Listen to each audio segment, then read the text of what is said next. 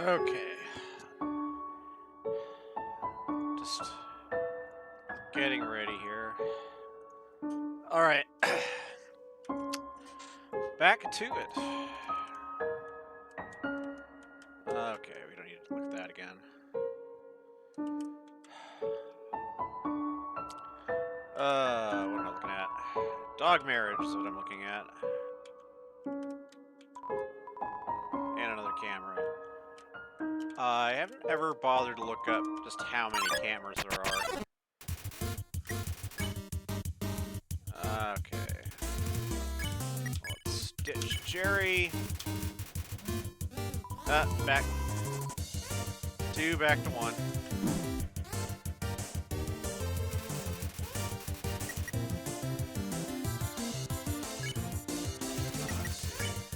Oh, right. This is gonna...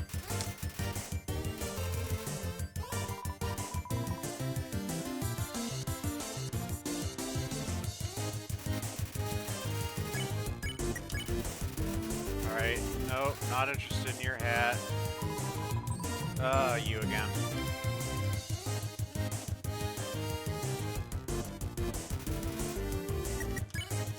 Fair.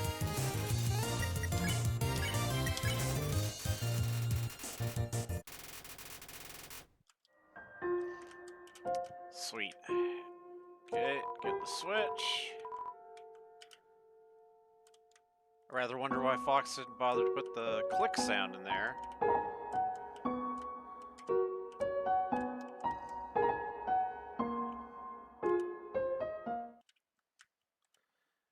Uh-oh.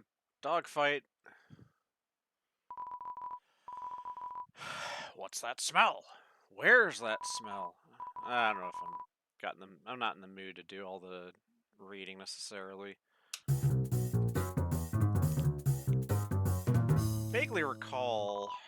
I don't actually recall that well. It makes me want to eliminate. I mean, pee on Frisk? Eliminate you! Okay.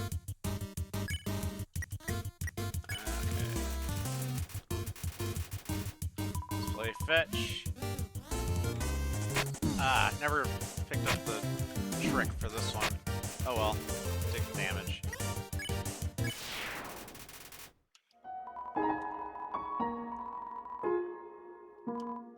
Friendly fun fetch. The dogs are easily distracted. I suppose we should be thankful for that. Turn every X into an O. There's the switch.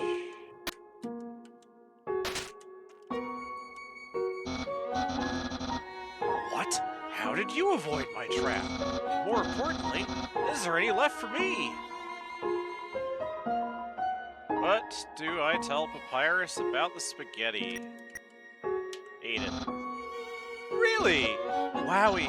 No one's ever enjoyed my cooking before. Hey, I didn't say anything about enjoying it. Well then, fret not, human. I, Master Chef Papyrus, will make you all the pasta you could ever want. Nya. Nya. There we go. Gotta do it right.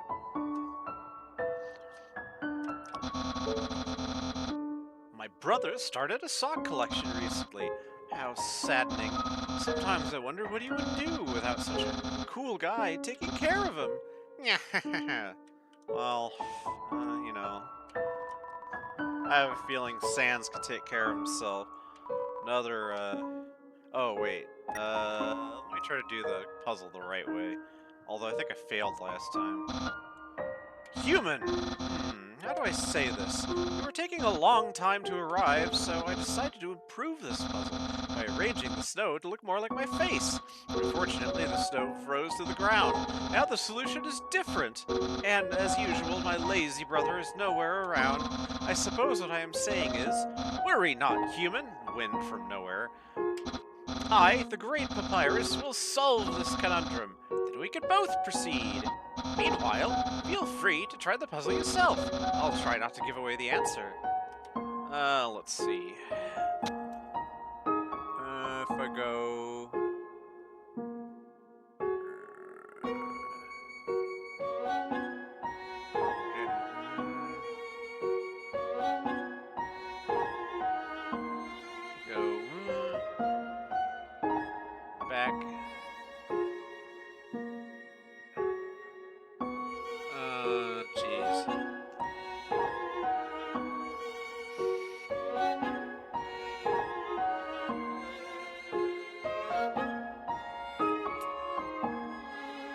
hard to see how to do this.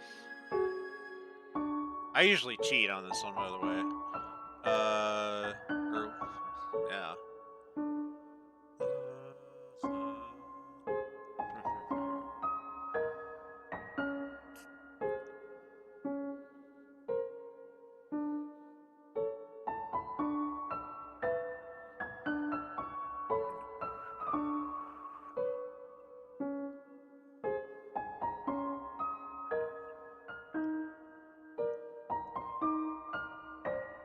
See, if I leave that one if I go...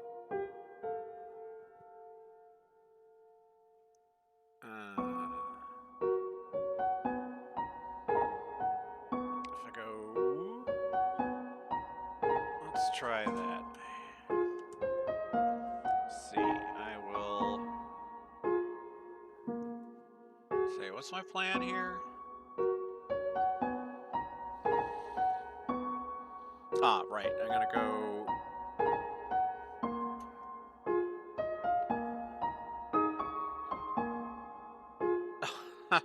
Jeez. Forget it.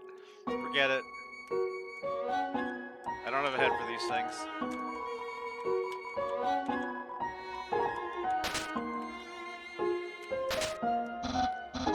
Wow, you solved it! And you did it all without my help.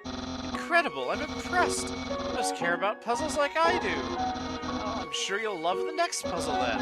It might even be too easy for you. Yeah.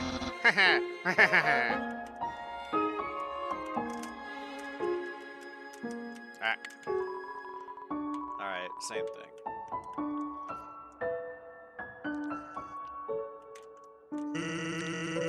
Good job in solving it so quickly. You didn't even need my help, which is great, because I love doing absolutely nothing.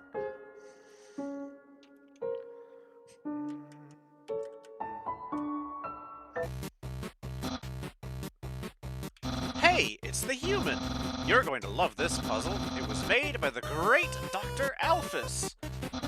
You see these tiles?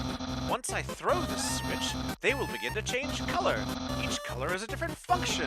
Red tiles are impassable. You cannot walk on them. Yellow tiles are electric. They will electrocute you. Green tiles are alarm tiles. If you step on them, you will have to fight a monster. Orange tiles are orange scented. They will make you smell delicious. Blue tiles are water tiles. Swim through if you like, but if you smell like oranges, the piranhas will bite you. Also, if a blue tile is next to a yellow tile, the water will also zap you. Purple tiles are slippery. You will slide to the next tile. However, the slippery soap smells like lemons, which piranhas do not like.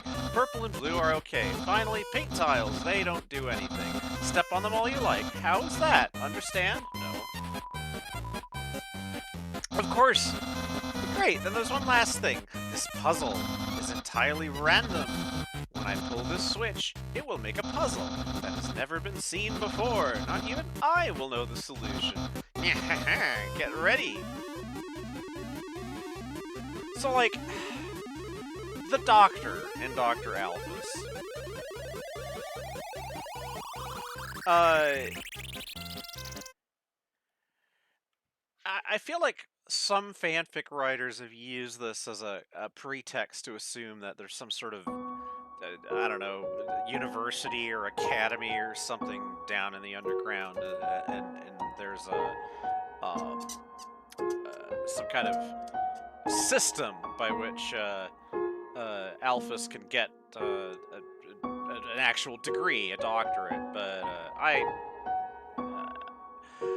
we're inclined to think that it's simply informal. I mean, we used to know someone a long time ago in grade school who went by doctor whatever, but it, didn't have a doctorate. Oh, I knew that would happen.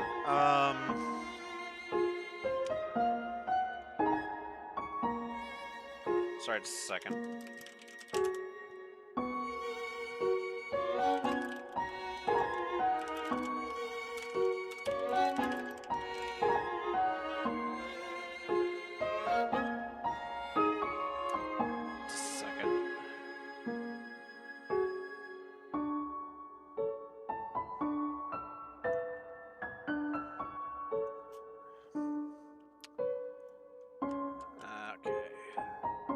I'm being interrupted, but I'm gonna try to wriggle out of it. Actually, that spaghetti from earlier wasn't too bad for my brother. Since he started cooking lessons, he's been improving a lot. I bet if he keeps it up, next year he'll even make something edible.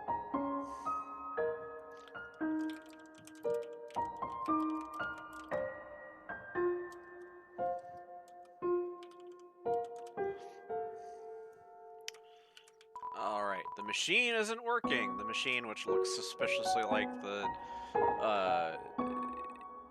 Betaton's first form, which kind of makes us think that, you know, Alphys just got some sort of generic console, you know, control panel or something like that and put arms and legs on it. As a prototype, you know. Whoops. Messed that up a little bit. Oh well.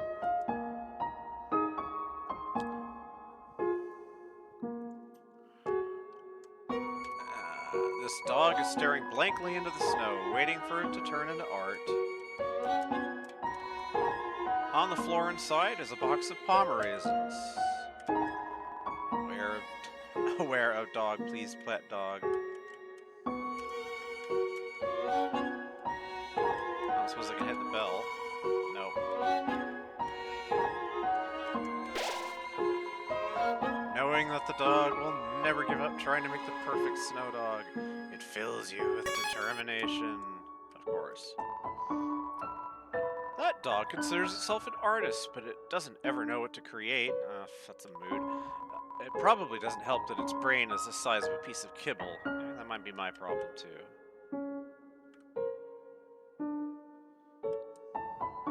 Whoop! Already screwed that up. Now, there's a particular order that works for this one, which is to start on the outside and spiral inward.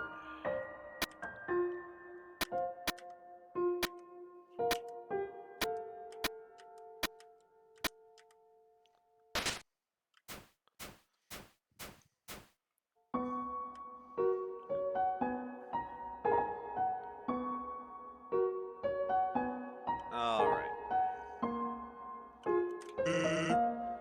So, and there's a few little details about the underground that are, you know, they're, how do I put it? More things that'll never be explained, but one is, like, well, these eyes, do these belong to monsters?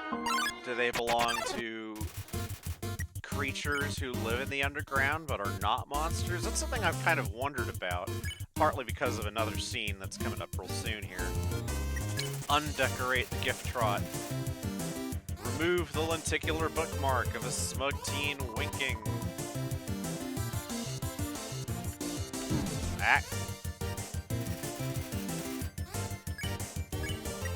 Undecorate.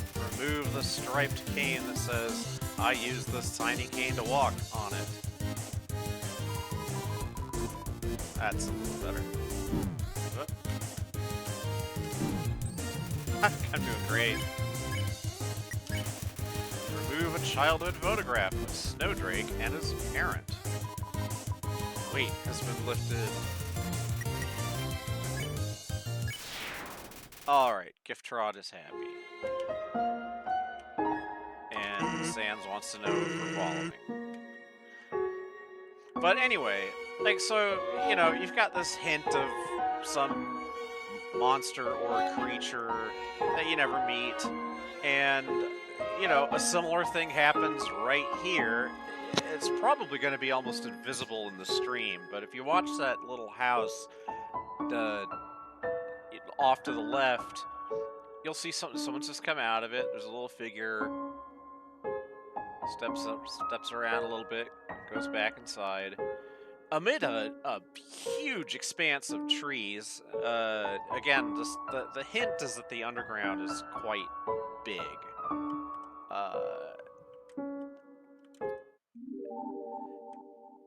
And then there's this mysterious area where you've got, like, firefly-like creatures. And you could kind of interact with them. Yeah, like that. You know, animals? Monsters? Something else? It's a door. And, because this is a relatively perfunctory playthrough, I'm not going to make any special attempt to see what's behind that door.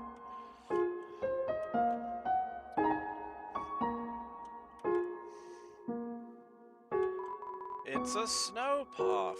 Actually, not yet. Not until we need it.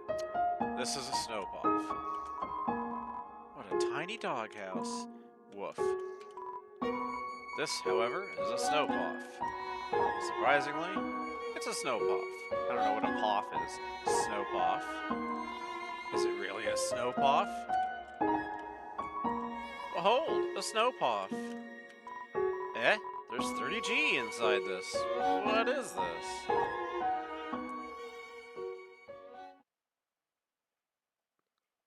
Greater dog. Eh.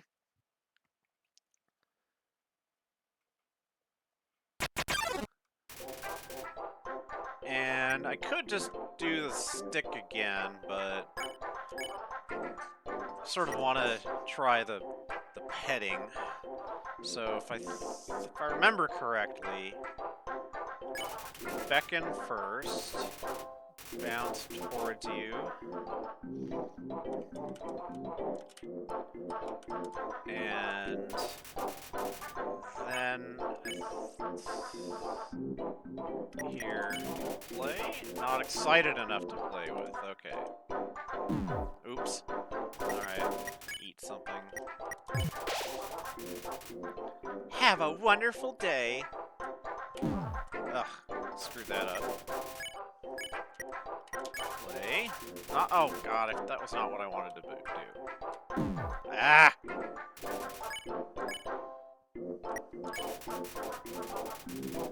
Alright. Pets. Falls asleep. Wakes up! So excited! Alright, there. Finally did it right. Play. Take a snowball. Throw it. Splats on the ground. Aww. Now dog is very tired. Rests its head. Okay. Pet again. Sinks its entire weight into you. Your movement's slow, but still haven't pet enough.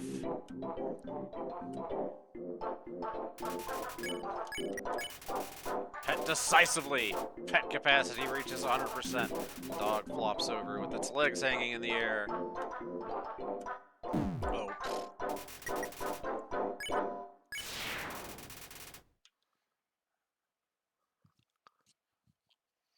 Aww.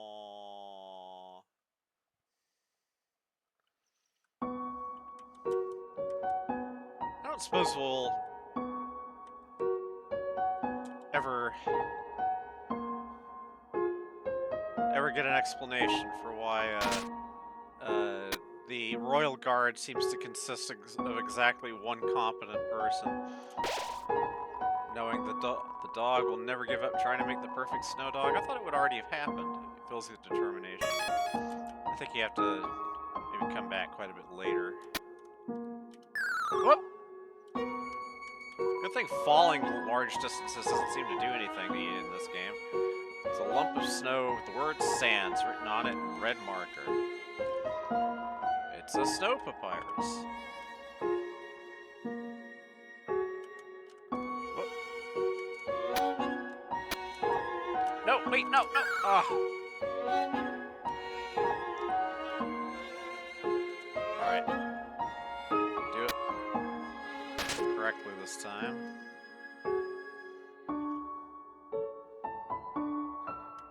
Gotta love the magic snow that forms into various shapes when it lands on your head.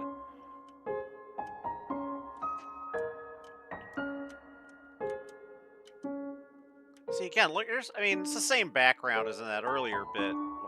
blacking the house. But, yeah, I just think of how large the cavern would have to be for that background to look the way it does. Human, this is your final and most dangerous challenge. Behold, the gauntlet of deadly terror. This totally reminds me of an episode of The Tick, by the way.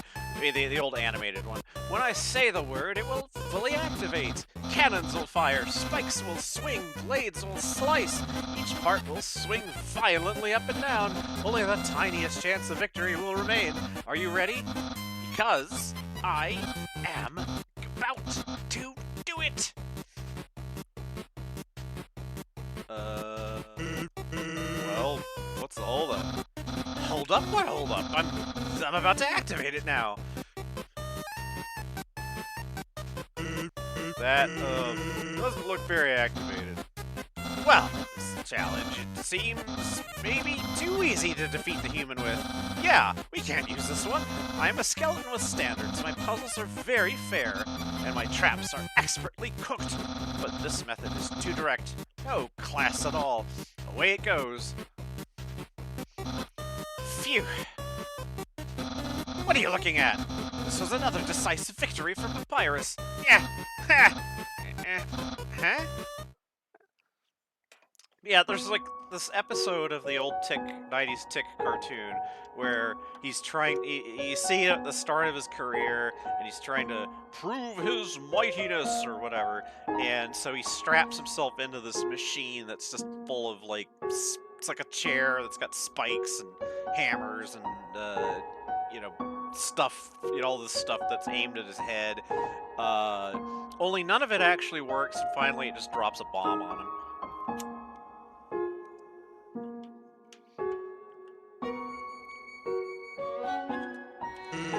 I don't know what my brother's gonna do now. If I were you, I would make sure I understand blue attacks. Snowdin Town at last. The happiest place in the underground, which means to say that it's profoundly sad. Welcome to Snowdin.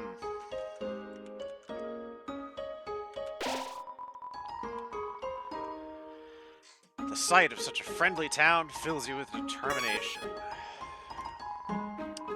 Use the box.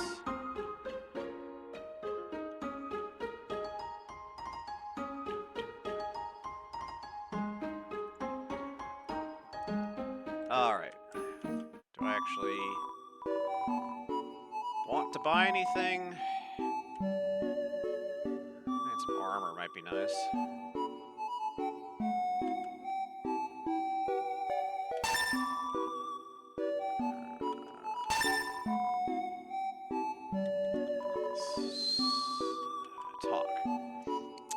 Let's talk to the shop owner. By the way, let me just have a look at the background here. Scroll with a delta rune on it. Bunch of curios. Bottles. A candle. A little chest. A door in the back. Hiya! Welcome to Snowdin. I can't remember the last time I saw a fresh face around here. Notice she doesn't... So, I mean... hardly any monster seems to recognize that you're a human being. Now, that might not necessarily mean that they don't. That might mean that they don't want to acknowledge you as a human being because they don't actually have a problem with you and don't want to have you arrested and carted off to, you know, get your soul cut out of you. It's unclear.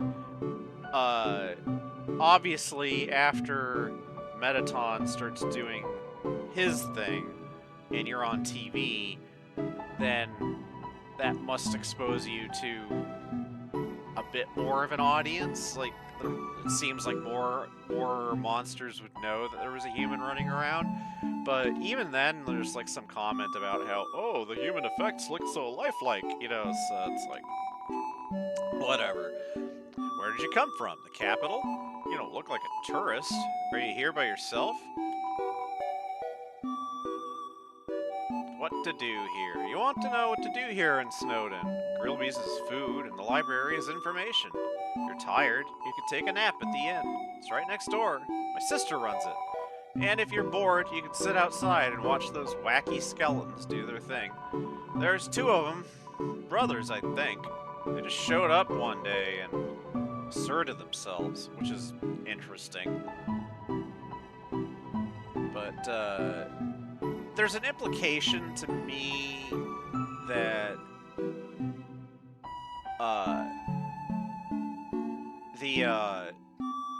like, she's vague about Sans Papyrus. I don't know where I was going with that, actually. Never mind. The town has gotten a lot more interesting since then. Think back to your history class. A long time ago, monsters lived in the ruins back there in the forest. Long story short, we all decided to leave the ruins and head for the end of the caverns. Along the way, some fuzzy folk decided they liked the cold and set up camp in Snowdin. Oh, and don't think about trying to explore the ruins. The door has been locked for ages, so unless you're a ghost, haha, or can burrow under the door, forget about it. By the way, remember that back in the ruins in Toriel's place, there was a book that kind of covered the earlier part of this history. Arriving at the ruins in the first place, that is. Your life. Life is the same as usual. A little claustrophobic. But we all know deep down that freedom is coming, don't we? As long as we got that hope, we could grit our teeth and face the same struggles day after day. This is kind of what I meant about even this relatively happy place in the underground has this sadness through it. Like, there's all these little comments and hints about how unhappy the monsters have just gotten from the stagnation down here in the underground, seeing the same things over and over. That's life, ain't it? Okay, exit. Bye now, come again sometime.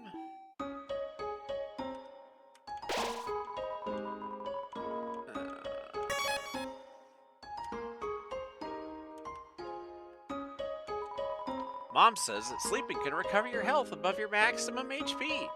What's maximum HP? Maximum HP sauce, I guess. Welcome to Snowdin. Har har. Snowdin's premier hotel. One night is 80G.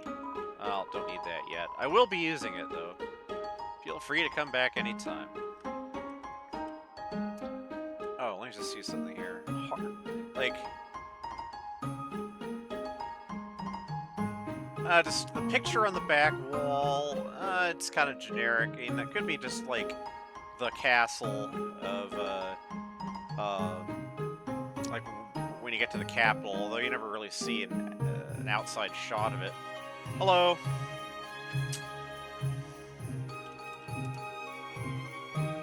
And, it kind of has the look of an external photograph, though, doesn't it? But, anyhow, onward. Don't want to walk to the other side of town? Try the undersnow tunnels. They're efficiently laid out. I mean, just the implication that there's a... You know, you think of Sans and his shortcuts, but it's like, well, here's one right here that anyone can use. That lady over there, something about her disturbs me. Isn't my little Cinnamon just the cutest? Buns are so adorable. Tee-hee! Bun. I think I figured it out. No, never mind. Awful teens tormented a local monster by decorating its tree like horns. So it's like, yeah, you get to relive that with the gift trot thing. I mean, which implies that the awful you know, like, that thing happened, like, real recent. I don't know, whatever. So he started giving that monster presents to make it feel better. Now it's a tradition to put presents underneath a decorated tree. Isn't that something? It's a carefully decorated tree. Some of the presents are addressed from Santa to various logos. Yo, you're a kid too, right? I could tell because you're wearing a striped shirt. Guess it was a good thing. Guess it was a good thing those teens tormented that monster. Is that supposed to be Fox's, like, commentary on the crucifixion or some shit? I wonder if that weird skeleton is an adult or a kid. Oh, that must be Sans, because Sans is, you know, diminutive. Okay, politics bear. This town doesn't have a mayor, but if there's ever a problem, a skeleton will tell a fish lady about it. That's politics. And to grill bees.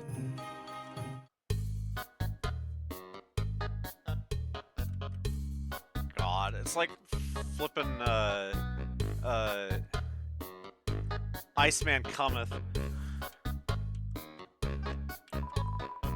No matter where I go, it's the same menu, same people. Help! I want new drinks and hot guys. I guess the bartender's kind of hot.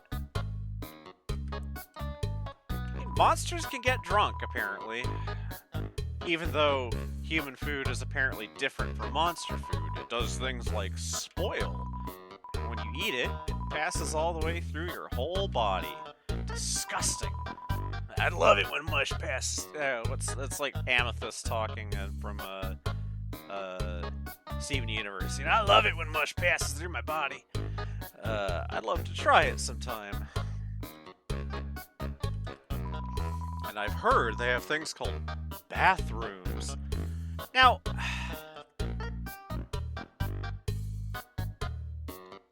I mean, Alphys is a bathroom. So it's like, okay.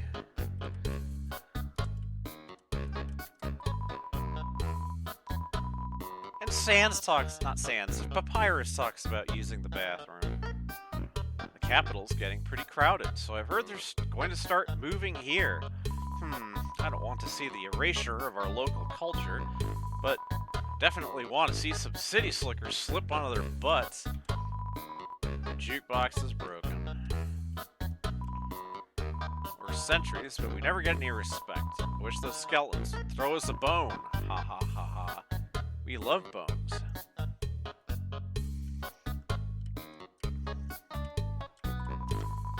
Better watch where you sit down in here, kid, because that big guy will jump into your lap and give you lots of love and attention. Thinking of getting a spiked collar to show off my personality. It makes a statement like, attach a leash to me and take me for a walk, please. Fox, you kinky motherfucker. Okay.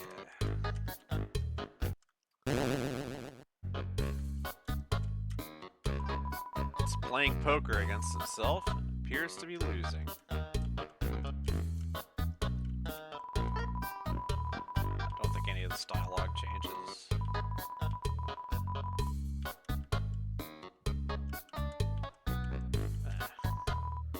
Yeah, same.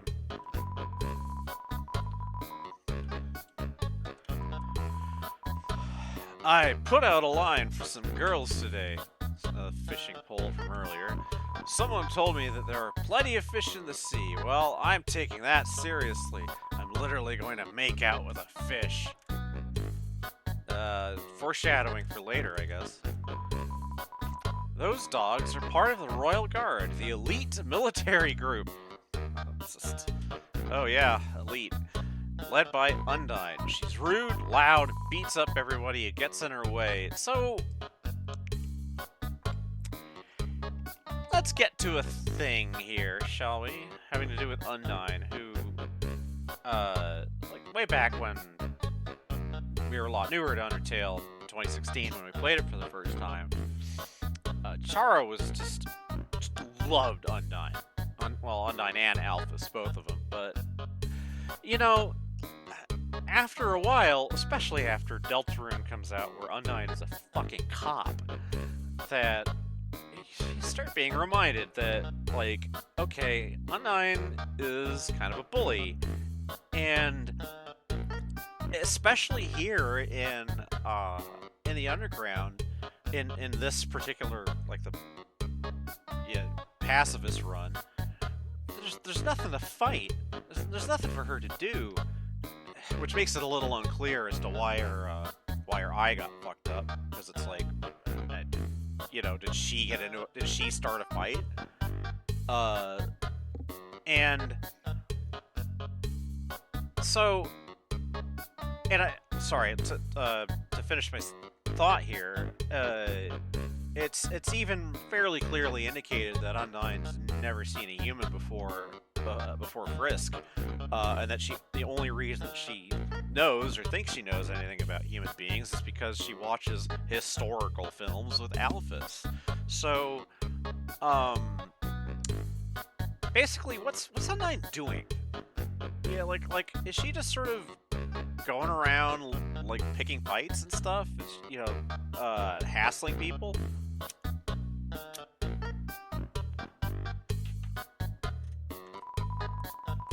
It's no wonder all the kids want to be like her when they grow up.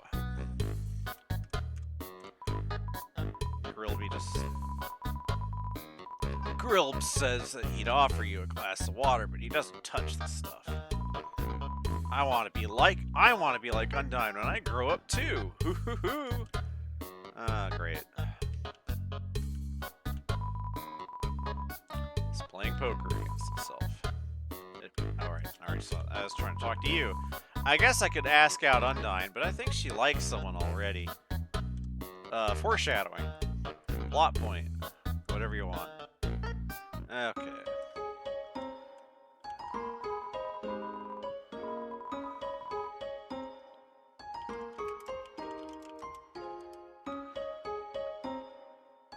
Everyone is always laughing and cracking jokes, trying to forget our modern crises, dreariness, crowding, lack of sunlight. I would join them, but it's not very funny. We all know the underground has problems, but we smile anyway. Why?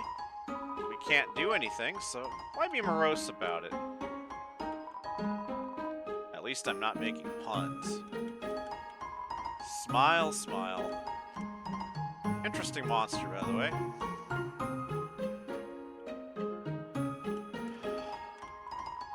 Let's play Monsters and Humans. You aren't gonna make me be the human again, are you? Oh, alright. Oh, to be young again. The world sure felt boundless. I mean... that's evocative of childhood, isn't it? Like, I dimly remember certain locations from early childhood that I went back to later in life, and then they seem so much smaller. Like some tiny schoolhouse that looks relatively insignificant to adult eyes, but when you're first showing up there when you're 6 or whatever, it looks enormous. Ah, what a beautiful knock. Maybe if I don't answer, I'll hear it again. Ah, my patience rewards me. Ah. I always wondered whether these were rocks or blobs. Like gel blob monsters. Like I said in the earlier stream, or first part of this, the Undertale Underground seems to have a lot greater variety of monsters than Deltarune Hometown. Can't talk to Ice Wolf yet. On to the library, which is smaller than the Hometown library. That look in your eye. You're someone that has trouble doing crosswords, aren't you?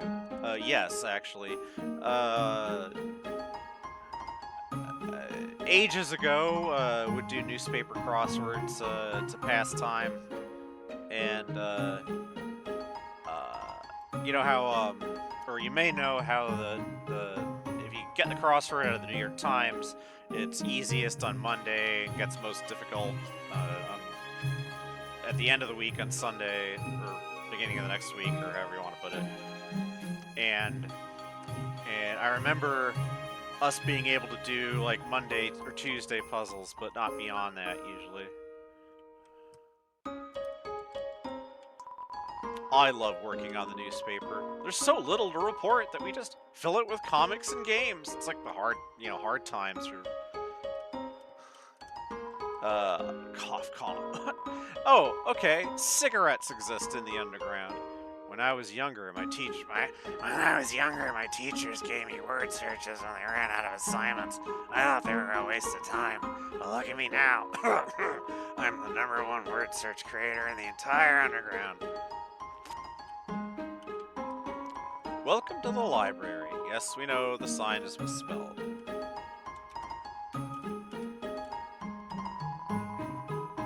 It's a school report about monster funerals. Monster funerals, technically speaking, are cool as heck. When monsters get old and kick the bucket, they turn into dust. At funerals, we take that dust and spread it on that person's favorite thing. Then their essence will live on in that thing. Am I at the page minimum yet? I'm kind of sick of writing this. I didn't even get to like a paragraph. While monsters are mostly made of magic, human beings are mostly made of water. Humans, with their physical forms, are far stronger than us, but they will never know the joy of expressing themselves through magic. They'll never get a bullet pattern birthday card. So, that would be neat, wouldn't it? To, I guess, be like, like die-cut paper patterns or something, except you're just going with magic, I would assume. Here I am, writing this book. A person comes in and picks up the book. They start reading it. Oh, sorry, I'm still writing that one. Because they are made of magic, monsters' bodies are attuned to their soul. If a monster doesn't want to fight, its defenses will weaken. And the crueler the intentions of our enemies, the more their attacks will hurt us. Therefore, if a being with a powerful soul struck with a desire to kill... Oh, let's end the chapter here. That's kind of a plot point. I mean, it ties in with the whole business about how if you do decide to play this game in a murderous fashion, your ability to do harm scales up, game fashion. But that's rationalized as, your intention, and the power of your intention to kill is stronger, and therefore the monsters are more vulnerable to it. Monster History Part 4.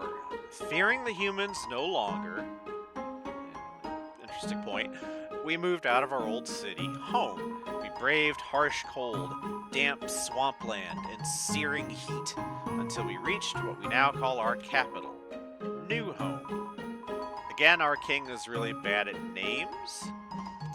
So, an obvious thing to point out, but there's this kind of curious progression through the underground in Undertale, where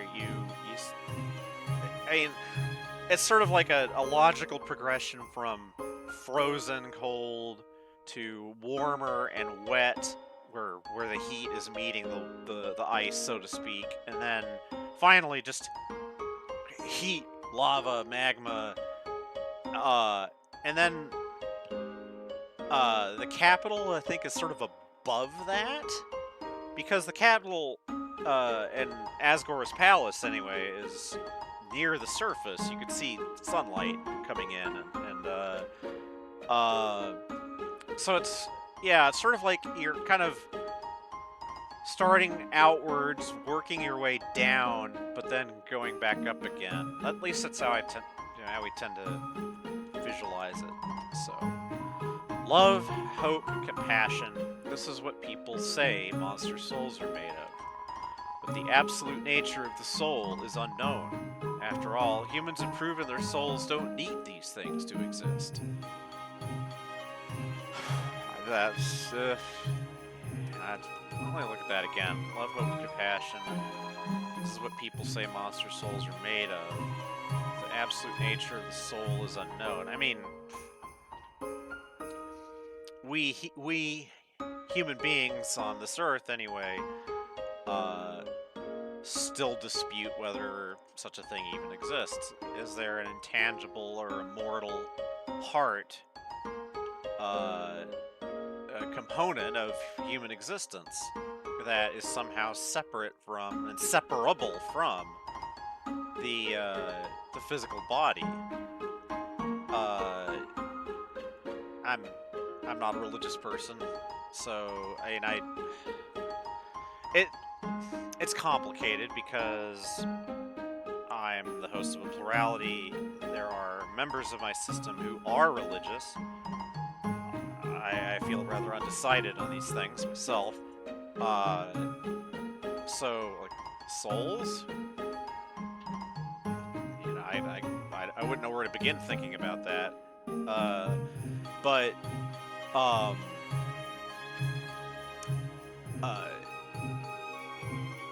anyway, well, I had another thought, but it wasn't there. So, anyway. Oh, it was just this, that, how do I put it? If human souls exist, it's not clear that having one necessarily makes you a good person.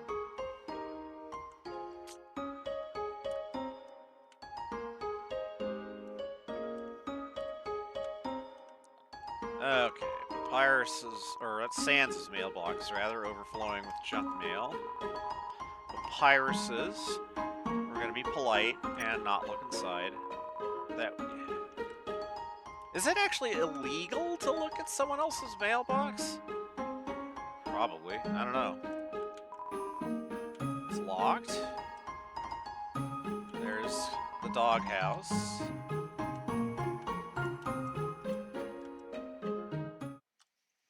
Half a second. All Saints, All Souls.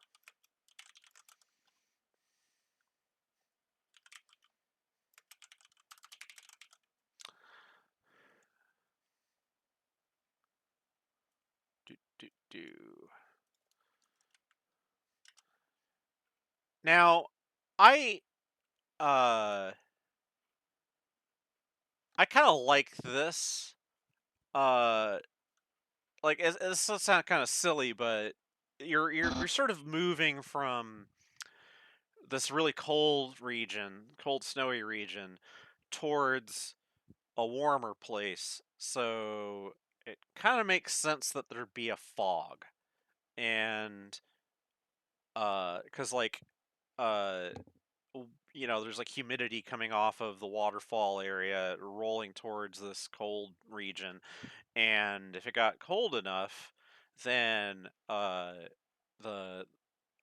humidity from the humid air would crystallize not into droplets of water like what's an ordinary fog, but into ice crystals.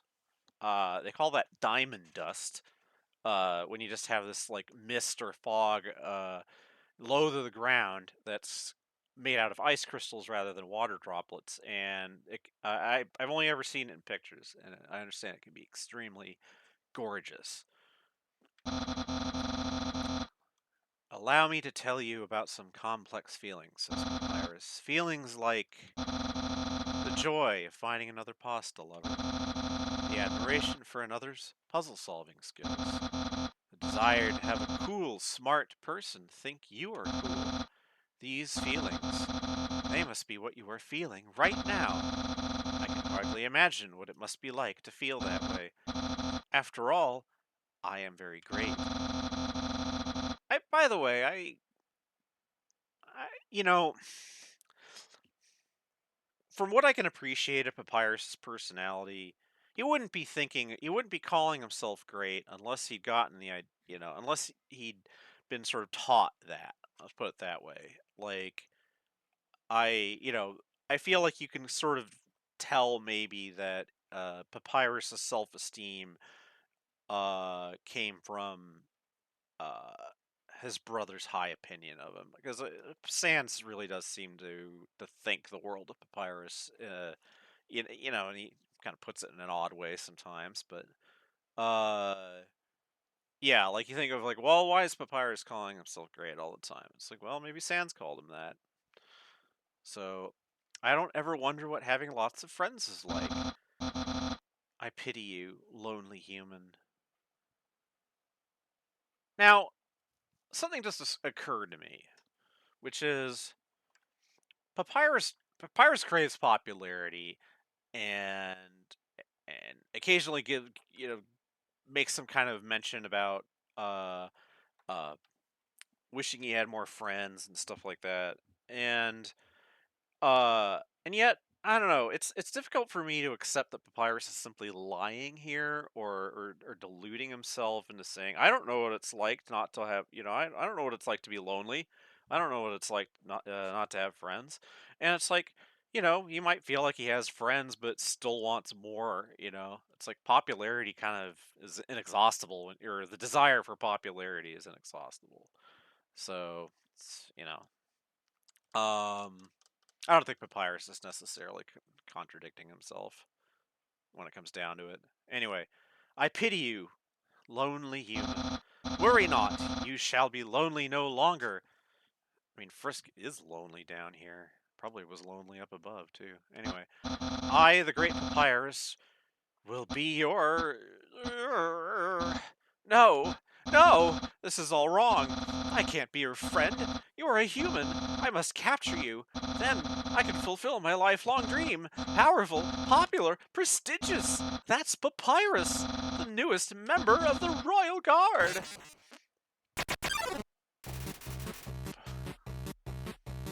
Alright.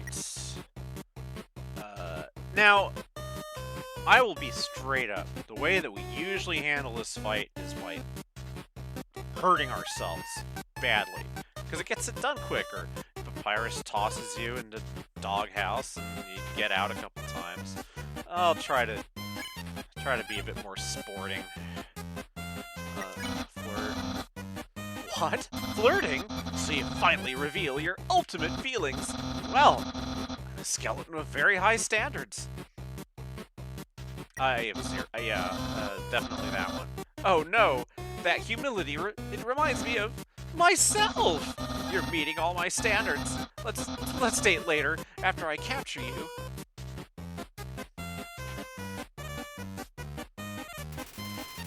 Papyrus is kind of... I can't... Oh no, let's date later. Sort of starting off rather tepid here, Papyrus. So you won't fight? Then let's see if you can handle my fabled blue attack! Ha ha.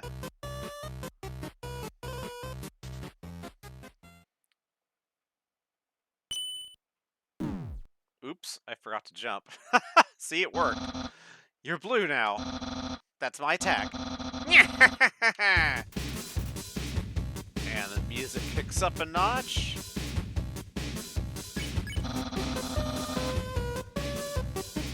I wonder what I should wear.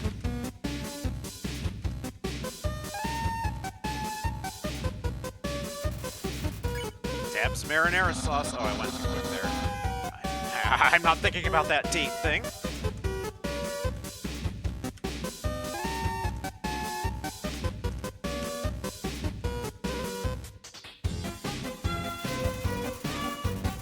MTT brand Bishy Cream. Well, can a skeleton be Bishonen? Is that possible? Yeah, don't make me use my special attack. Ah!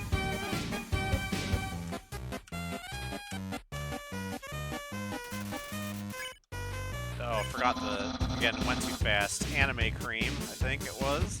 Can almost taste my future popularity.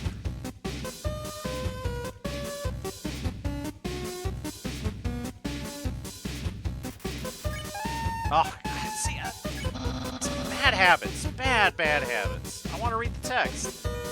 Papyrus, head of the Royal Guard.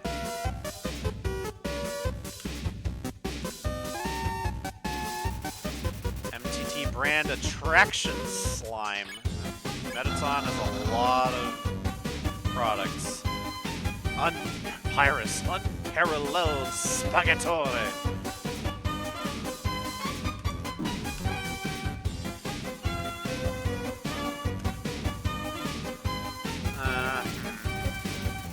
MTT brand beauty yogurt this time. It's got a lot of creams and unguents on the back of his head now. Undyne will be really proud of me. Ah!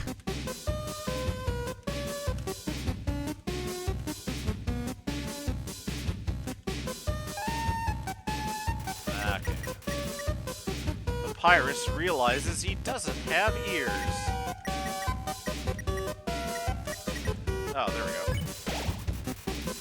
Alright. The king will trim a hedge in the shape of my smile. Which he does. Oh, damn it!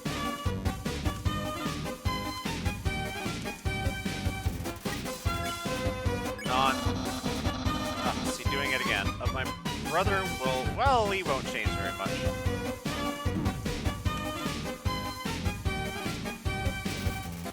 Papyrus is... Alright, I guess it's hard to cackle. Like, if you cackle, people will assume that you sound like Starscream. It just has to happen. I'll have lots of admirers, but...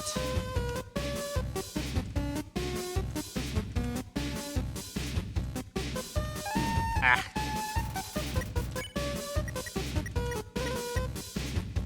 Ah, come on. Why is it not paging down?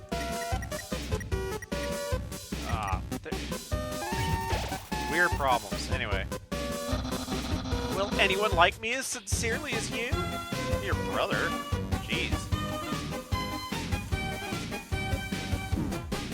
Undyne likes you well enough. Non-bone attack that spends a minute fixing it. So, okay. So Papyrus can launch a non-bone attack?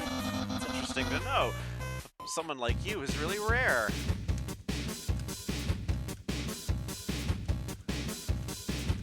Get more well done. Papyrus is trying hard to play cool. And dating might be kind of hard.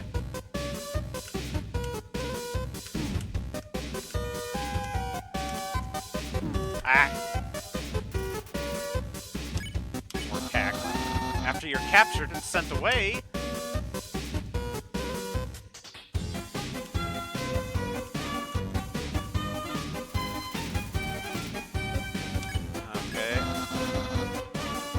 No, I'm not giving up. Well, I may give up. I mean... It's not like I'm doing very well. Alright, ate the ice cream. Give up or face my special attack. Arrgh!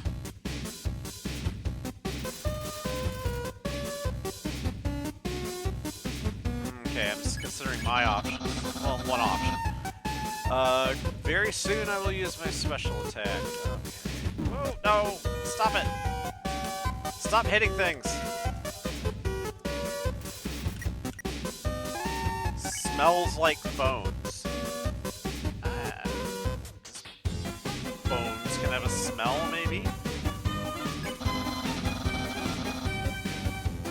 Not too long, and I will use that special attack.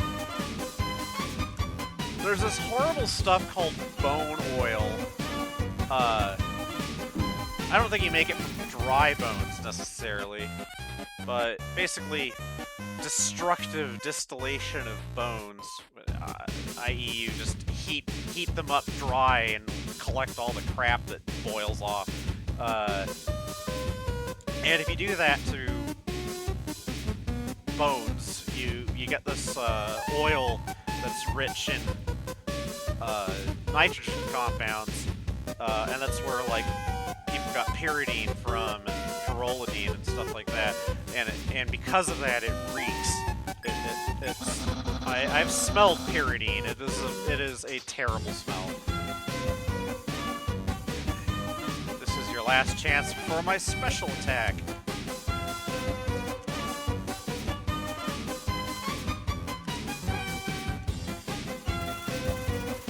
Okay, rattling bones.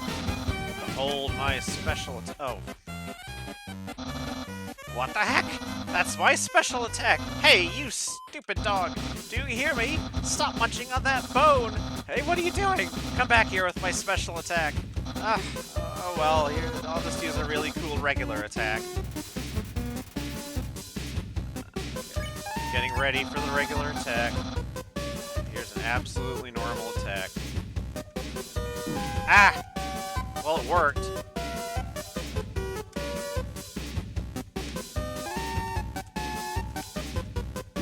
Ah!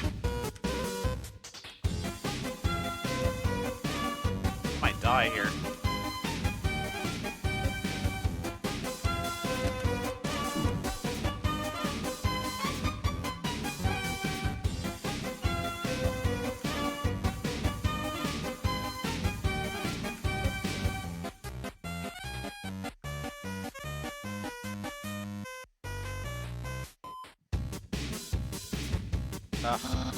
Well, it's clear you can't defeat me. Yeah, I can see you shaking in your boots. Therefore I, the great Papyrus, elect to grant you pity. I will spare you, human. Now is your chance to accept my mercy. Oh, yeah, I was kind of going for that the whole time. Poor Papyrus. Yoo-hoo-hoo. I can't even stop someone as weak as you. Undyne's going to be so disappointed in me. I'll never join the Royal Guard, and my friend quantity will remain stagnant. What should you say? Let's be friends. Really? You want to be friends? With me? Well then, I guess I can make an allowance for you. Wowie, we haven't even had our first date, and I've already managed to hit the friend zone. Who knew that all that I needed to make pals was to give people awful puzzles and then fight them? You taught me a lot, human. I hereby grant you permission to pass through, and I'll give you directions to the surface. Continue forward until you reach the end of the cavern. Then, when you reach the capital, cross the barrier. Oh, just like that, huh? That's the magical seal trapping us all underground. Anything can enter through it, but nothing can exit except someone with a powerful soul. Like you! And, like, there's no reason to think that Papyrus isn't telling what he believes to be the truth here.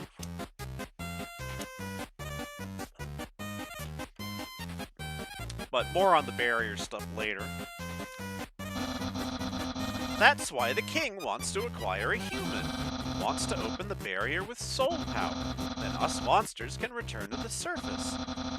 Oh, I almost forgot to tell you. To reach the exit, you will have to pass through the king's castle. The king of all the monsters. He is still in yellow. Well, still in yellow.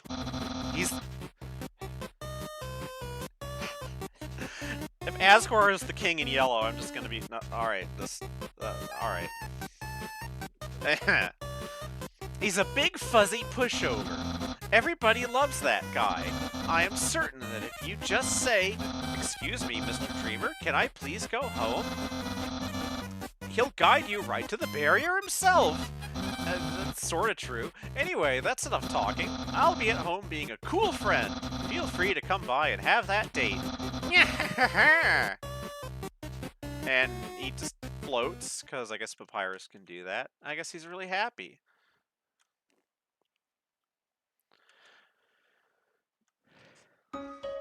And no, I don't think Toby Fox meant a King in Yellow reference, but it is kind of funny. Hello, so you came back to have a date with me. You must be really serious about this. I'll have to take you someplace really special. A place I like to spend a lot of time. Sort of like, okay, just walk in a circle. My house! It is a very nice house. Okay. So, the couch. And we'll rob 20 gold pieces from it. A joke book. Inside the joke book was a quantum physics book. You look inside. Inside the quantum physics book was another joke book. You look inside. There's another quantum physics book. You decide to stop. We gotta get back into that. This is my brother's pet rock. He always forgets to feed it. As usual, I have to take responsibility. The rock is covered in sprinkles.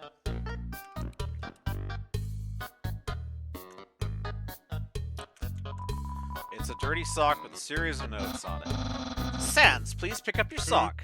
Okay. Don't put it back down. Move it. Okay. You moved it 2 inches. Move it to your room. Okay. And don't bring it back. Okay. It's still here. Didn't you just say not to bring it back to my room? Forget it. TV. Oh, it's my favorite game show. It's a test pattern. It says stay tuned for a new program, MTT. What? It's usually better than this. This is just a bad episode. Don't judge me. That's the trash can. Feel free to visit at any time. Aha! Interested in my food museum. Please peruse my culinary art show. Half of the fridge is filled with containers all labeled spaghetti. The other half contains nothing but an empty bag of chips. I'd actually love to have some spaghetti right now, you know that? Impressed, I increased the height of my sink. Now I can fit more bones under it. Take a look-see. There's an annoying dog. What? Catch that meddling canine! Curses. Sans, stop plaguing my life with incidental music.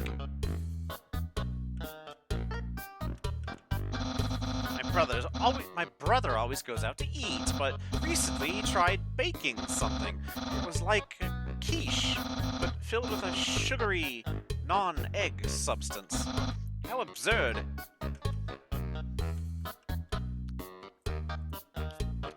Some quiche would be nice, too. Okay. That's my room! If you finished looking around, we could go in and do whatever people do when they date. Not yet. A classic image. It always reminds me of what's important in life. The satellite of love, I guess. That's important. The door is locked. Welcome to Scenic My House. Enjoy and take your time. Okay, I think that's my room.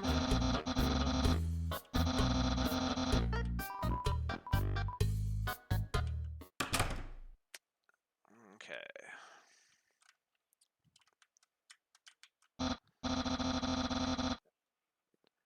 Those are all the attacks I used on you. Great memories. So, again, just weirdness that, it's not like you see a lot of examples, but the general impression you get of the magic,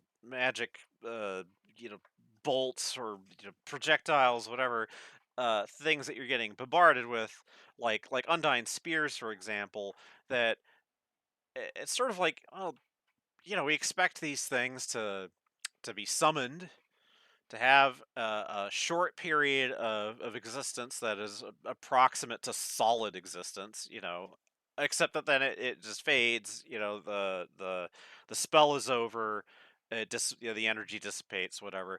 And it's like there's a later bit where you see Undyne, like she summons a spear, but then she lets it go and it just kind of fades. And that's sort of how you expect things to work. So does I guess Papyrus can preserve the like you know. Sorry, I guess I'm saying this in a confused way, but you expect Papyrus to kind of summon up a bone and then have it fade like one of Undyne's spears, but I guess he could keep them, and it's like, all right, there isn't necessarily uh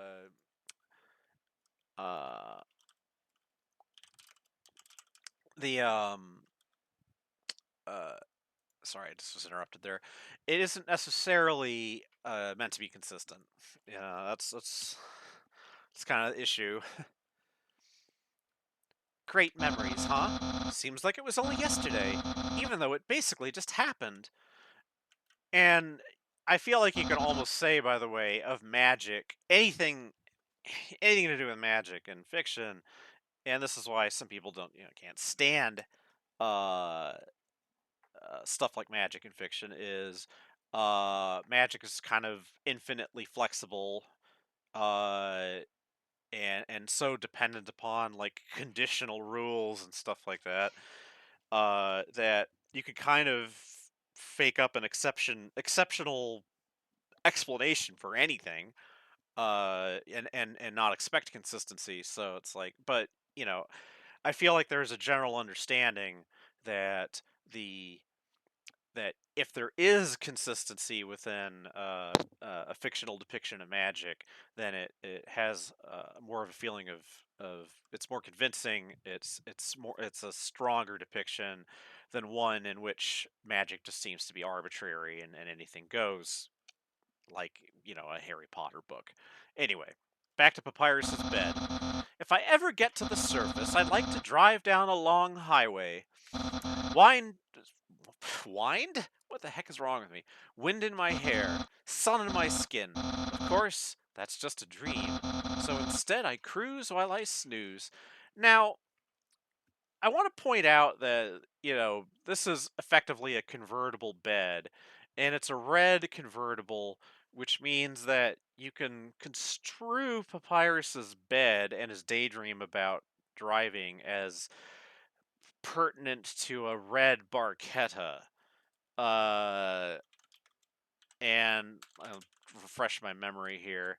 Uh, uh, a Barchetta is an Italian word for a certain type of open top sports car. So, uh, and the thing is, like, Red Barchetta is a song by Rush, the Canadian band. So it's like, uh, and in fact, like, if you listen to the song Red Barchetta, uh, there's a lyric in there, "Wind in my hair." So it's like, uh, it amuses me that Papyrus has this accidental Rush vibe. Um, maybe Papyrus is really Geddy Lee. Yes, action figures. A great reference for theoretical battle scenarios. How do I have so many? Well, let's just say they're from a chubby, smiling man who loves to surprise people. Yeah, that's right, Santa. I mean, Asgore is Santa, presumably. Isn't that flag neato? Undyne found it at the bay. I think it's from the human world. Now, I know what you're thinking. Why would a human flag have a cool skeleton on it? Well, I have a theory. I think humans must have descended from skeletons. Nyahaha. Now, you could kind of twist that into a direction that's almost true if you think of humans as being descended from vertebrates. So the skeleton as a biological structure existed before humans did, you know. Uh but why would it who flies a Jolly Roger? I don't think even actual pirates flew Jolly Roger flags. Isn't that a kind of fictional thing? Like from Robert Louis Stevenson or some shit. Yeah, I don't know. I haven't looked it up. Okay. The internet. See, now the game's inconsistent. Sometimes they remember to call it the undernet. I'm quite popular there. I'm just a dozen away from a double-digit follower count. So that kind of implies that he has a negative follower count because, uh, you know, like if he's a dozen away from double digits, uh, then it's sort of like he'd have to have -2, because then he'd add 12 and then you get 10. So, uh, of course, fame is a steep price. A jealous troll has besieged my online persona, always sending mummy bad puns in a goofy font. I have no idea who it could possibly be, even though only one person in my life bombards me with puns. The computer's internet browser is open to a social media site. I've always kind of wondered. We've always kind of wondered, I guess, how big the underground actually is, and how many monsters live here. There's plenty of shots that seem to imply that it's sizable, and there's that mention of overcrowding. Uh, like there might be people forced to move out of the capital, and there's a scene coming up which also hints at overcrowding. So it's like, you know, uh, there could be like I don't know. I've always uh thought of 50,000 as a sort of round figure. And I think maybe I'm just saying that because uh uh let me just refresh my memory here. Uh, I mean, like we in our lives in the state of Washington, uh, have been to places like Moses Lake, which has a population of about 2,500, Ellensburg, which has a population of about 20,000. Uh, Let me just look up another one here, if you don't mind my blithering.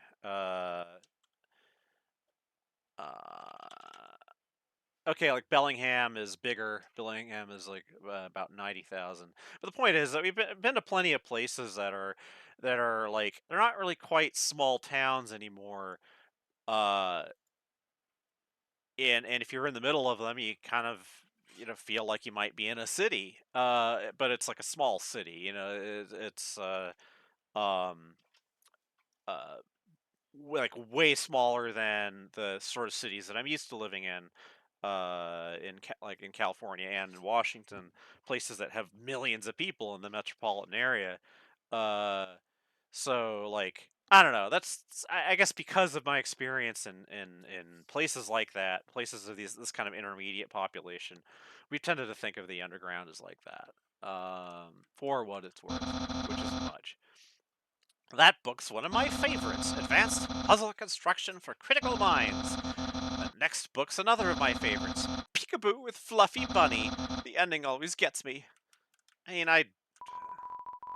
complex manuals and children's books. Well, yeah, hey, papyrus is interesting. There are no skeletons inside my closet, except me sometimes. Look in the closet. Clothes are hung up neatly inside. So, if you've seen everything, do you want to start the date? Begin the date? Yes. Okay, dating start. Dating start. Here we are on our date. I've actually never done this before, but don't worry. You can't spell prepared without several letters to my name. I snagged an official dating rulebook from the library. We're ready to have a great time. Let's see. Step 1. Press the C key on your keyboard for dating HUD. It's like this SimCity thing. Population. Crime. Oh, wowie, I feel so informed. I think we're ready for step 2. Step 2, ask them on a date. Ahem. Human, I, the Great Papyrus, will go on a date with you. What if I say no?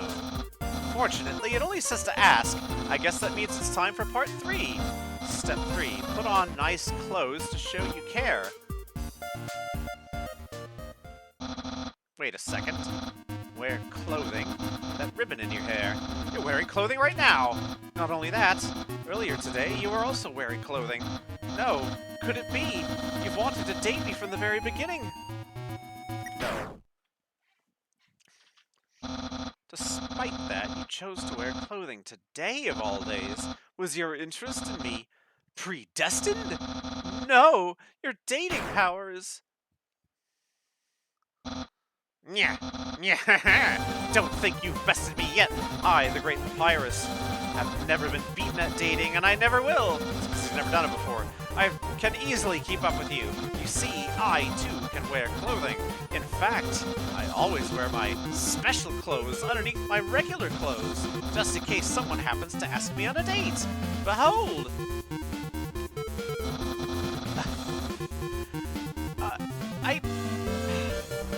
I really kind of wonder what I would think of this if I saw it on someone in real life.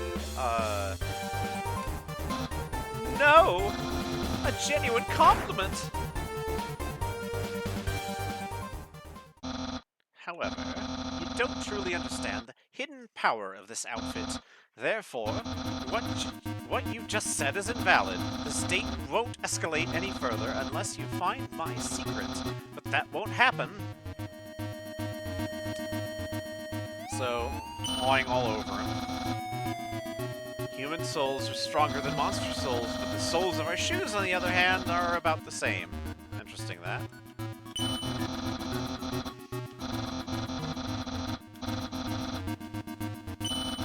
There's no secret to my legs, just hard work and perseverance. Still on the legs. Oh. Get your hand there. Holding my hand, so I'll tell you the answer? No, I must resist. I see. You like caressing my biceps with the floating heart. But who doesn't? Oh, it's the same thing. I want to know more about the damn shoulder balls. Alright, I guess there's nothing there. This shirt didn't originally say cool, but I improved it. Expert tip, all clothing articles could be improved this way. My hat. No, I think I clicked on your face, actually. My hat! Yeah. Well then, you found my secret. I suppose I have no choice. It's a present. A present just for you. What if I don't open? You can't even bring yourself to harm my delicate wrapping. No, that technique, it's too strong.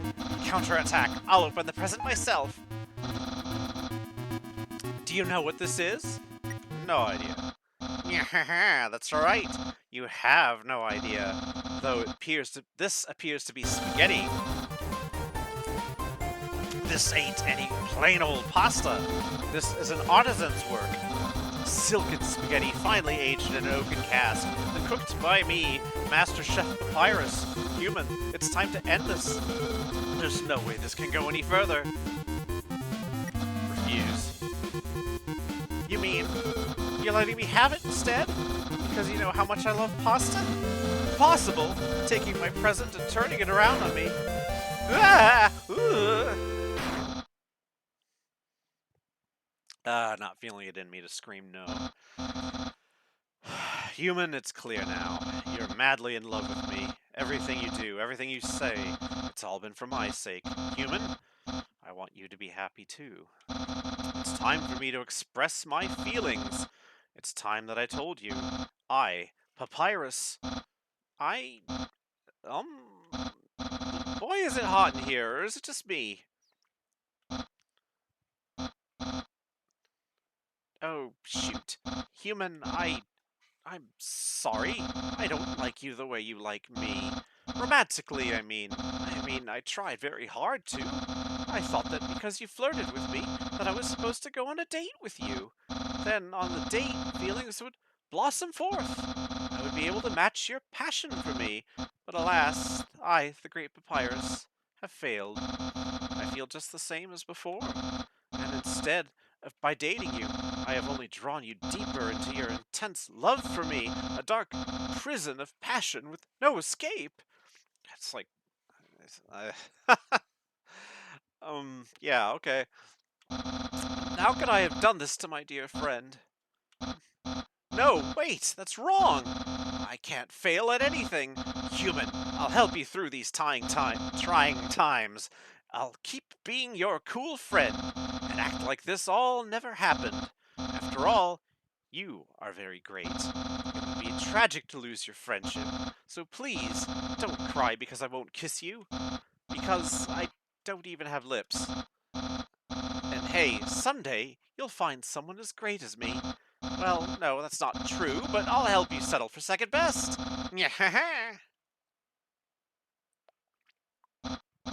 Oh, and if you ever need to reach me, here's my phone number. You can call me at any time. Platonically. Well, gotta go.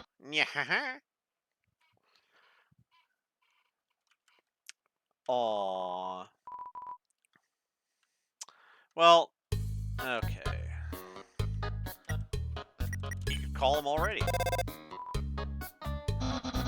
You're in my house. Good choice. Though I guess it's technically Sans' house too, but I prefer not to discuss his part of it. His room is... it's like another world. A world where they don't know how to vacuum. You're best staying away from that strange place. So is it like that? You can call in here. Covered in many labels. No girls allowed, no boys allowed, papyrus allowed. Well, I'm going in anyway, I guess. Now, if I call from here... What? I thought you had gotten out of my room. We're going to have to start over from square one. First, do you know who Papyrus is? Do I know who Papyrus is? That's interesting.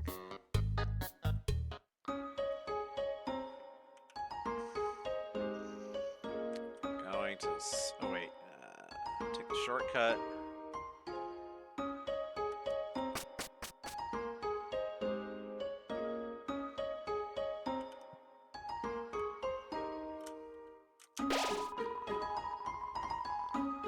Okay.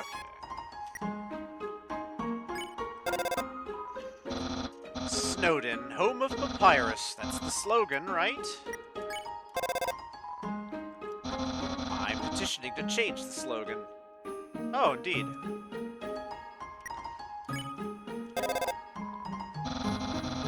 The inn's a great place to stay. The lady who runs it is really nice. She always gives me a lollipop and a pat on the head. Why are you calling me? Are you trying to make a reservation?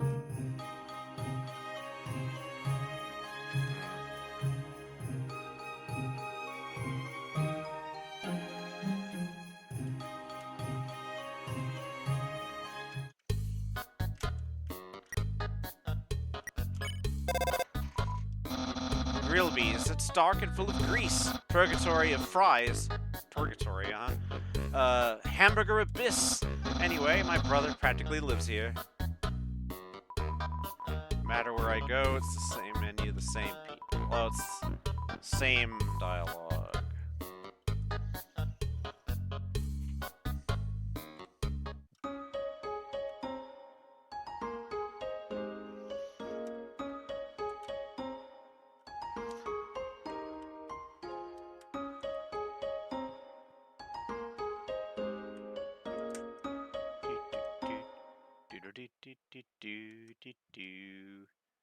Walk, walk, walk. Trying to, so about the 90-minute mark. Kind of wondering how much longer I want to go on. I haven't gotten as far as I like, but I'm also feeling tired and a bit despondent.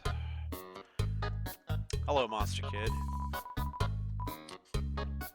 Yo, are you sneaking out to see her too? Awesome. She's the coolest, right? I want to be just like her when I grow up. Hey, don't tell my parents I'm here. Ah. All that gives my life validation is explaining the Echo Flower.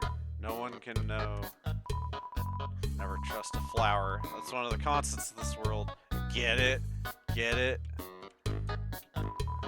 never trust a flower. That's one of the constants of this world. So, it's sort of funny, because it's like, the implication is that they just end up in a endless loop. The sound of rushing water fills you with determination.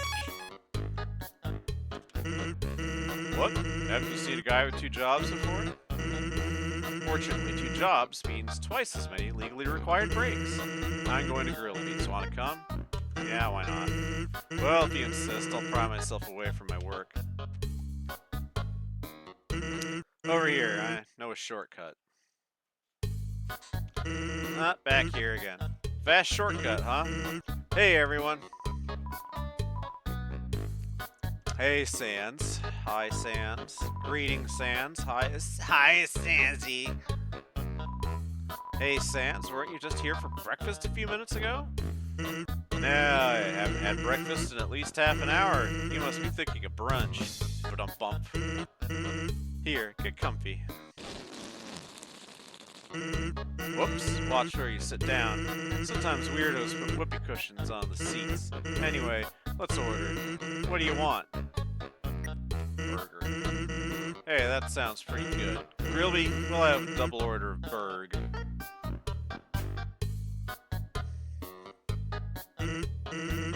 So, what do you think of my brother?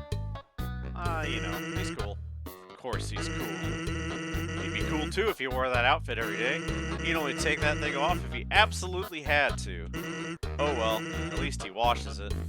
Now, I mean, this gets into certain things, like,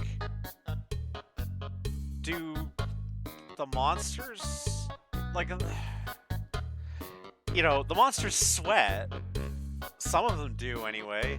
So it's like, you know, I guess I'm asking, like, okay, how dirty can the clothes possibly get, right? So, whatever. And by that, I mean he wears it in the shower. Here comes the grub. Want some ketchup? Yes. Bon appetit. You tip the ketchup, the cap falls off, and all the ketchup in the bottle pours out onto your food. Whoops. Forget about it. You can have mine. I'm not hungry anyway. Anyway, cool or not, you have to agree, Papyrus tries real hard. Like how he keeps trying to be part of the Royal Guard. One day, he went to the house of the head of the Royal Guard, begged her to let him be in it. Of course, she shut the door on him because it was midnight. But the next day, she woke up, saw him still waiting there. Seeing his dedication, she decided to give him warrior training. It's, still a work in progress. Oh, yeah. I wanted to ask you something. Have you ever heard of a talking flower? No. I'll tell you then. The echo flower. They're all over the marsh. Say something to them, and they'll repeat it over and over. What about it? Well, Papyrus told me something interesting the other day. Sometimes, when no one else is around, a flower appears and whispers things to him. Flattery, advice, encouragement, predictions. Weird, huh? Someone must be using an echo flower to play a trick on him. Keep an eye out, okay? Thanks. Now, you know, ambiguity. Ambiguity is a great thing. How much of what Sans just said to you is a carefully crafted half-truth? I don't think we ever find out for certain whether Sans knows about the existence of Flowey, but Sans seems to be privy to. He has vaguely defined powers and more information than we see clearly in the game. So maybe he knows about Flowey. thing is, though,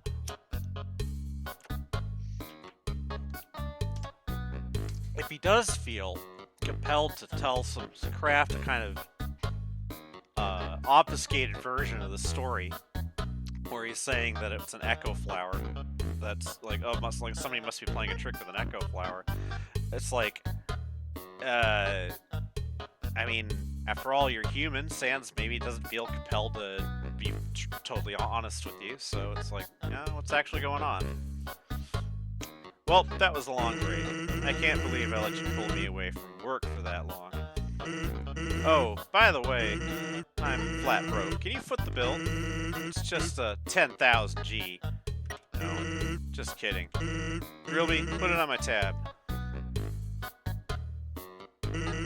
By the way, I was going to say something, but I forgot. Well, that was an ambiguous conversation. Grilb said that your prude is probably cold by now.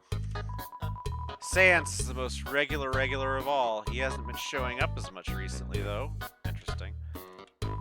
Sans is a sentry. Don't let his title make you think he does anything. Everyone knows he sits around in the forest reading car magazines.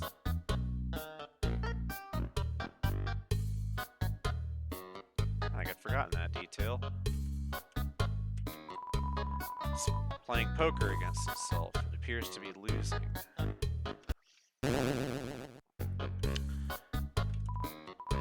Huh?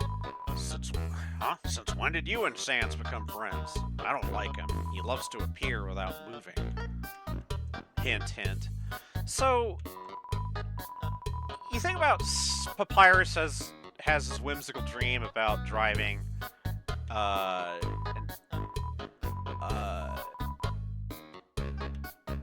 sorry, I'm just kind of... Let me collect my thoughts here. Papyrus has his whimsical ideas and daydreams about driving, and so now we find out that Sans, who feeds the dog scraps of food under the table, and his brother gets mad, but why? We're adults. But anyway, so Sans apparently is into cars. That's a very human thing. Monsters don't... There's... why would the monsters... These monsters, anyway, the Undertale monsters, have much use for cars. But, yeah, it's just... The skeletons are... There's an implication, I would say, that they have some... They're more like humans than the sort of the rest of the monsters. And after all, they're the ones that most closely resemble humans. And as to why they're shaped like skeletons, like human skeletons apparently, maybe they were humans at some point. It's kind of like the thing with Napstablook, right? Or the other ghosts. What are they ghosts of? Who are they ghosts of? Monsters don't seem to leave ghosts, so are the ghosts ghosts of humans? Are the skeletons remnants or derivatives or, whatever? Like, were they once human? Is that why Sans and Papyrus seem to have more humanish interests than most? Anyway. I'm kind of messing this up. Sansy, come back and sit with me. Everything's so fun when you're around.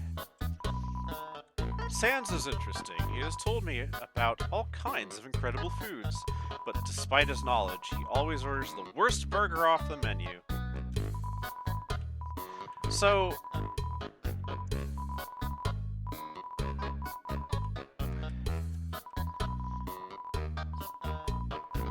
Okay, that's the same dialogue. Let's just keep going for a bit. I don't know what I'm doing exactly. Other than progressing. If that's what I'm doing. Is this progress?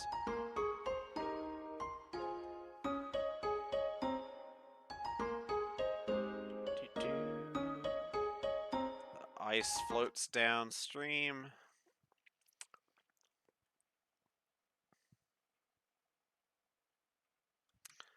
Oh, right. Into the waterfall area.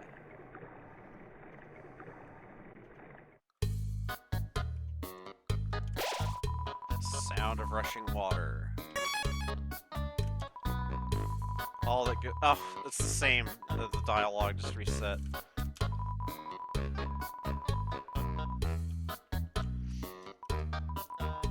Yeah, I'm totally sneaking out to see Undyne. Yep, that's exactly why I'm here.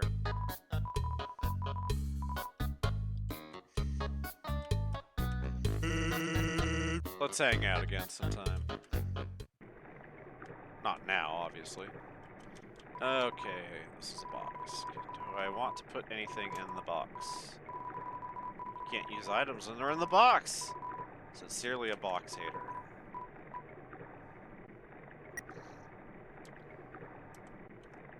Okay. Can't remember. It's down here. Oh, an echo flower is down here. I swore I saw something behind that rushing water.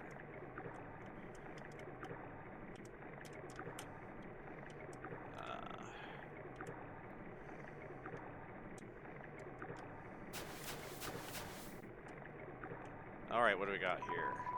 There's a tutu lying on the ground. Will you take it? Yes.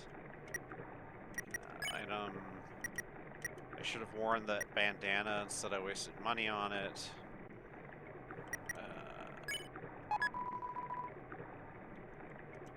So, old tutu.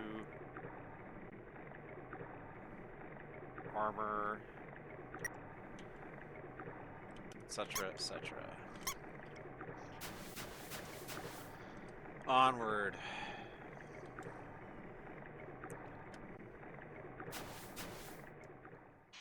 First premonition of Undyne. Hi, Undyne. I'm here with my daily report. Regarding that human I called you about earlier. Did I fight them? Yes, of course I did. I fought them valiantly. But did I capture them? Well, no. I tried very hard, Undyne, but in the end, I failed.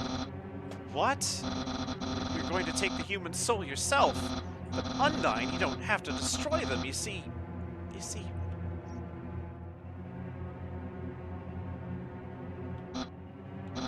I understand. I'll help you in any way I can. Great.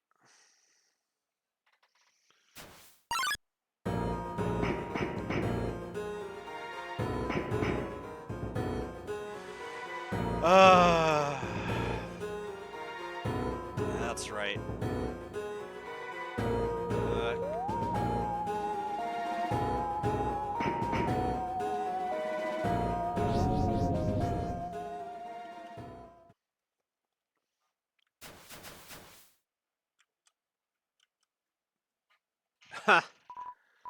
Yo, did you see the way she was staring at you? That was awesome! I'm so jealous! What did you do to get her attention? Haha, come on, let's go watch her beat up some bad guys. So, that's the thing, like... So Monster Kid ends up being the one who gives you most of the information you're given about Undyne. And like... What's the thing that Monster Kid keeps going on about? The fact that Undyne beats up bad guys. It's like, I wish Undyne would beat up the teachers. So it's like, what's Undyne actually doing? You know? What's she doing here? A feeling of dread hangs over you, but you stay determined. Oh, I don't know if I feel dread right now. Emptiness, maybe. When 4 bridge seeds align in the water, they will sprout. You know, I'm just doing this thing, no one's watching. I feel like I need to do it anyway. It's kind of a curious feeling. Just because it happens to be the right day of the calendar. You know, people might think that's silly. But, you know, making little rituals like that for ourselves has been a way that we've kind of gotten through some chaotic times so far. Anyway. Alright. Flex for Aaron. It's such a mood shift, by the way. Like, this haunting music, and then all of a sudden, dun, dun, dun, dun, dun, dun, dun, you know. Flexing contest, yep.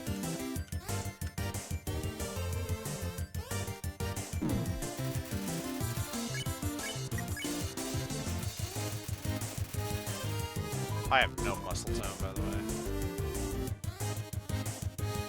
It'd be nice to develop some, but, you know, exercise is boring.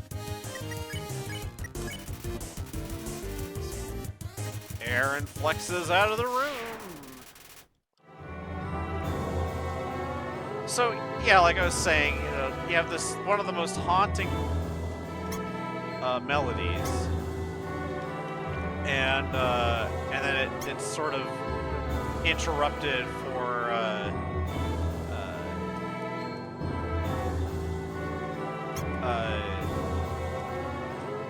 goofing off with the, you know, the seahorse, whatever. Temmie. Yeah, I forgot about Temmie.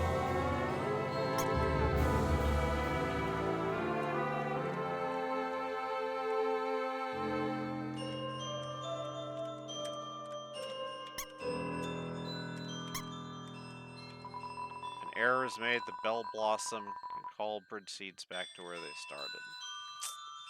Not that it applies here. Oh, Papyrus. Papyrus. How did I get this number? It was easy. I just dialed every number sequentially until I got yours. Yeah. So, what are you wearing? I'm asking for a friend. She thought you saw you wearing a dusty tutu. Is that true? Are you wearing a dusty tutu? What will you say? Yes. So you are wearing a dusty tutu. Got it! Wink wink. Have a nice day. Click.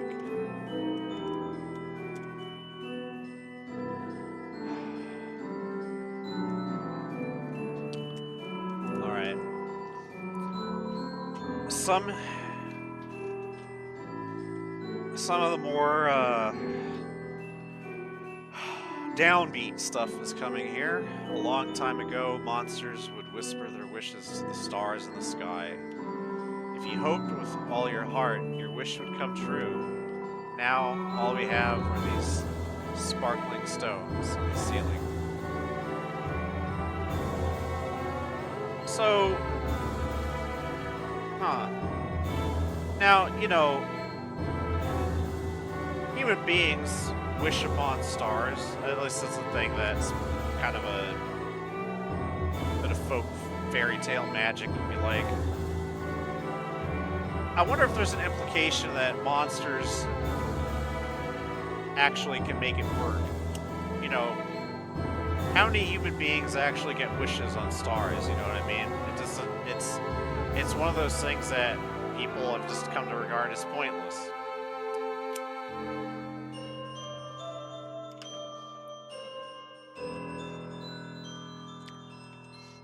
But monsters aren't humans. Wishing room.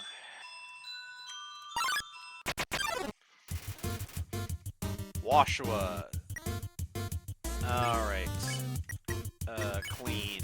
You ask Wash, clean you. It hops around excitedly. Green means clean. Tweet. I think it's supposed to be like a rubber ducky. Ah, no, no, no, no! Ah! I managed to get one anyway. God, I'm freaked out completely. Washua wonders if tears are sanitary. Well, I've learned that they have, like, antibiotic substances in them anyway. Come on, sis, make a wish. I wish my sister and I will see the real stars someday. It's cloudy here, by the way. Look through the telescope. Yes. Check wall.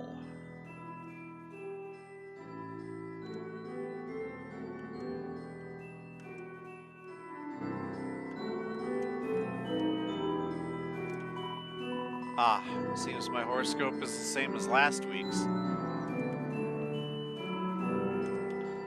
Now,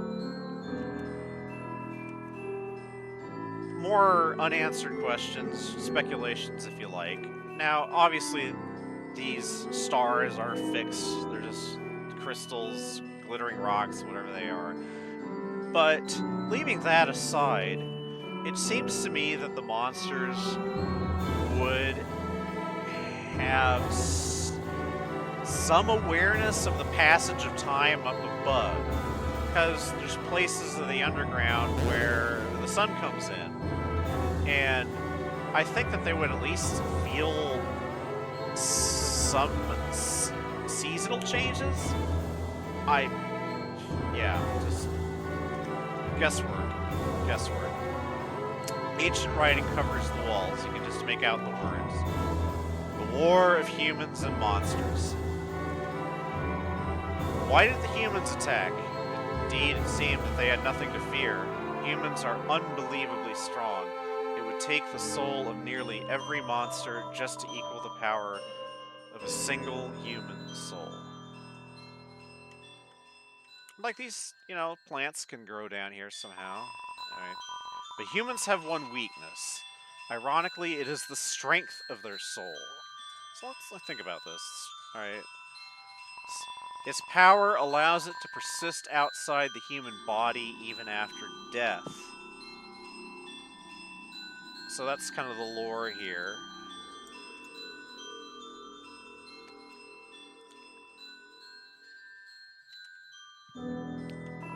If a monster defeats a human, they can take its soul. A monster with a human soul, a horrible beast with unfathomable power.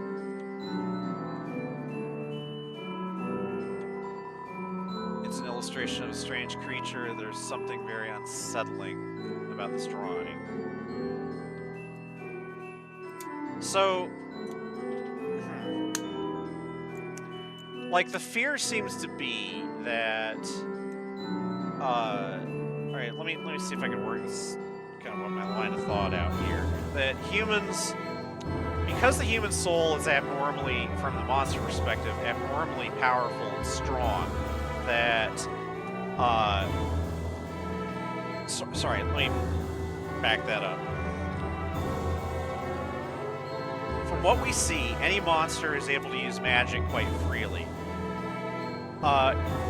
Even the implication is that human beings that are good with magic are few. And so there's this fear that monsters who have a great facility with magic would gain access to, like, an abnormal amount of power if they got hold of... if they could somehow absorb the power of a human soul. At least that's kind of what I'm getting.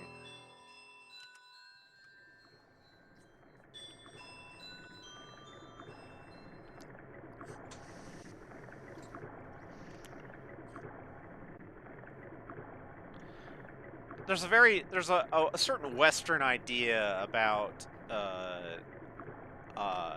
magic as a direct impression of the human will, or just like there's a concept of magical intent. I should stress that, at least I don't know. I know the tiniest bit about the human practice of magic, but ideas about magical intention are, like I said, they're kind of specifically Western ideas. They come out of ceremonial magic tradition, like Aleister Crowley practiced.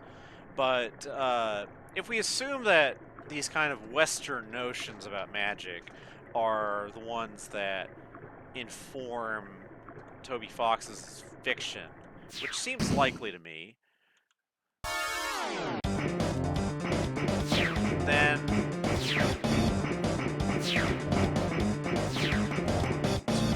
run away from the spears here. Ah! Screw that up. Ah! I'm not... I died. See, I can't talk and play at the same time. It's terrible. I cannot give up yet. Kris, stay determined. Where did I leave off? Okay, not too bad. But anyway, let's assume that Toby Fox kind of has these Western ideas about magic in the back of their mind, where magic is about, effective magic is about strength of intention and strength of will. And that seems to be roughly indicated by some of the stuff about, striking with the intent to kill, like in that monster history book.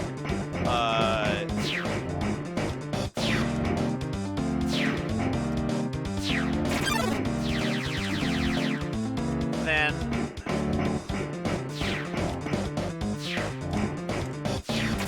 damn it!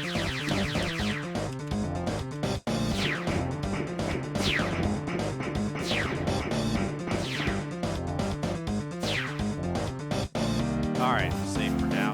Then,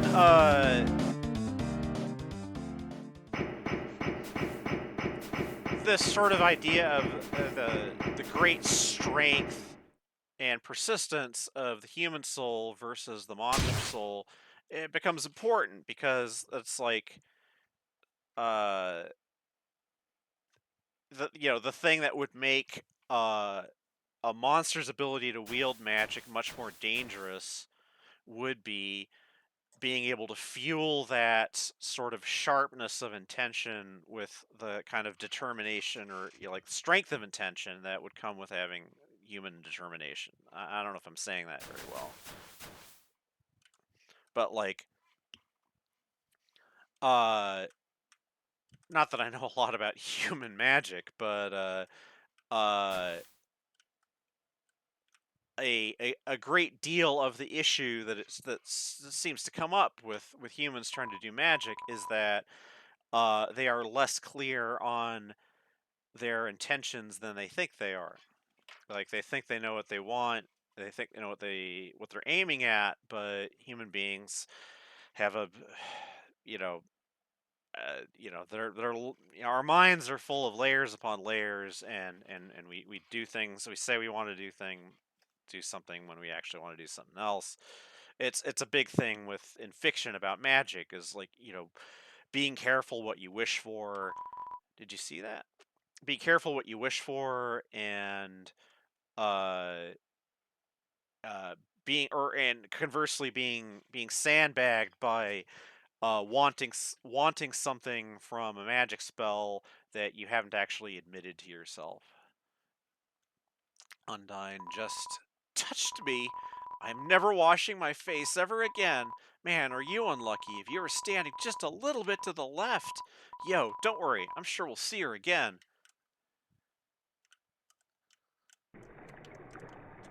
Monster Kid, who apparently has no arms, although I've seen one fictional depiction. Jeez, the magic crystal growing around it, stuck to the table. I've seen, at least one depiction suggesting that, Monster Kid just had their arms just always, kind of loose of their sleeves, like you sometimes see kids do. Just kind of putting their arms inside their, clothes. Squeak! But it does seem to be indicated that Monster Kid does in fact have no arms. So it's sort of like, poor kid. Seems to get along though. I don't know. Maybe I shouldn't say that. I mean,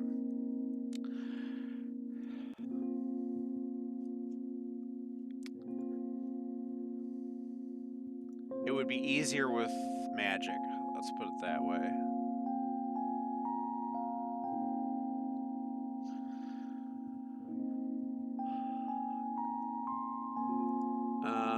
Okay. Sorry, I'm being distracted here. I'm being asked what sort of pizza I want. Kalen's choice. Actually, I am past the 2-hour mark, so I don't know. not doing too well, so I think maybe I'm going to take another breather. Save. And leave it here.